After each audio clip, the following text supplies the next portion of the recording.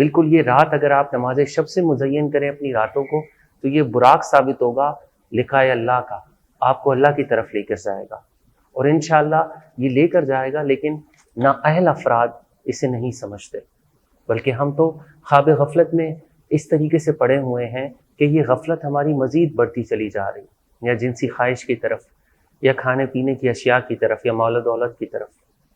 اور امام خمینی یہاں تک فرماتے ہیں کہ اگر ہمیں اپنی طلب پوری کرنی ہو تو اگر کوئی شیطان صفت انسان بھی ہے، اگر ہمیں پتہ چلے کہ اس سے ہمارا کام ہو جاتا ہے تو ہم اس کے آگے بھی ہاتھ پھیلا لیں گے اور اس سے بھی اپنی حاجت روائی کریں گے۔ کیوں؟ کیونکہ ہم خدا سے دور ہیں۔ اگر خدا کی ملاقات اور اس کا رابطہ ہمارے ساتھ مضبوط ہوتا تو کبھی بھی ہم یہ کام انجام نہ دیتے۔ یہاں تک کہ دین کے کام بھی امام خمینی کہتے ہیں عبادت بھی اس لیے کرتے ہیں تاکہ شکم سیری ہو، تاکہ دنیا حاصل ہو۔ اور پھر کیا مرتبہ ہے خلیل الرحمن کا، جو رحمان اور رحیم کا دوست ہے، یعنی حضرت ابراہیم علیہ السلام کی طرف اشارہ ہے کہ جس کے پاس امام حسن عسکری علیہ السلام یا امام جعفر صادق علیہ السلام کی حدیث آتی، امام صادق فرماتے کہ جب حضرت خلیل اللہ حضرت ابراہیم کے پاس یہ جبرائیل آتے ہیں تو آپ کہتے ہیں، جبرائیل آپ سے کہتے ہیں کہ آپ کو مدد کی ضرورت ہے، کہا مدد کی ضرورت ہے مگر تم سے نہیں، مجھے اپنے خدا سے مدد کی ضرورت ہے۔ کیوں؟ نماز شب کی اس حالت نے انہیں قرۃ العین سے مزین کر دیا تھا۔ لیکن فکر مندی اور نا امیدی کی بات نہیں ہے، پر امید رہیے کہ ان راتوں کو جب آپ ٹھیک کرنے لگیں گے، بستر سے چھوڑیں گے اور نماز شب میں داخل کریں گے تو انشاءاللہ عز و جل آہستہ آہستہ نفس پر ایک مرحلہ ضرور آئے گا کہ وہ صاف ہو جائے گا، غلاظتوں سے دور ہو جائے گا، اس کے ملاقات فاضلہ جاگ جائیں گے اور آپ کو خدا سے ملاقات کے لیے نہ فقط روشناس کرائیں گے بلکہ انشاءاللہ عز و جل ملاقات طے بھی پائے گی۔ اور یہاں آخر میں میں سمجھتا تھا کہ اس حصے میں یہ اسے تکمیل تک پہنچا دوں گا، لیکن شاید ہم اگلے حصے میں اس حدیث کو لے کر جائیں گے۔ آخر میں یہاں پر ایک تذکرہ کر رہے ہیں امام خمینی کہ اگر جب تم دیکھو کہ تم اپنے نفس کو اس بات پہ آمادہ کر چکے ہو کہ خالصتاً بستر کو چھوڑ کے نماز شب ادا کر رہے ہو تو مجھ حیوانی خواہشوں میں پڑے ہوئے شخص کے لیے بھی ممکن ہو تو دعا کرنا۔ اندازہ کیجئے امام راحل امام خمینی اپنے بارے میں اپنے آپ کو اس کیٹیگری میں رکھتے ہیں جس میں کوئی شک نہیں ان کے علم اور ان کے تقوی کے، کہ وہ حقیقت میں اللہ تعالیٰ کے ایک عارف بزرگ ولی اور عالم دین اسلام تھے، اور کہتے ہیں کہ اس زبان پر اس دعا کو جاری رکھو۔ اتنا سمجھنے کے بعد یہ جو دعا کا کنکلوژن دے رہے ہیں، انشاءاللہ اسکرین پر یہ دعا آئے گی بھی، میں اس کی تلاوت اور اس کا ترجمہ پڑھ دیتا ہوں، آپ اس اسکرین سے اس کا اسکرین شاٹ لے کر اپنے پاس رکھ سکتے ہیں اور اپنی دعاؤں میں قنوت میں اسے شامل کر سکتے ہیں۔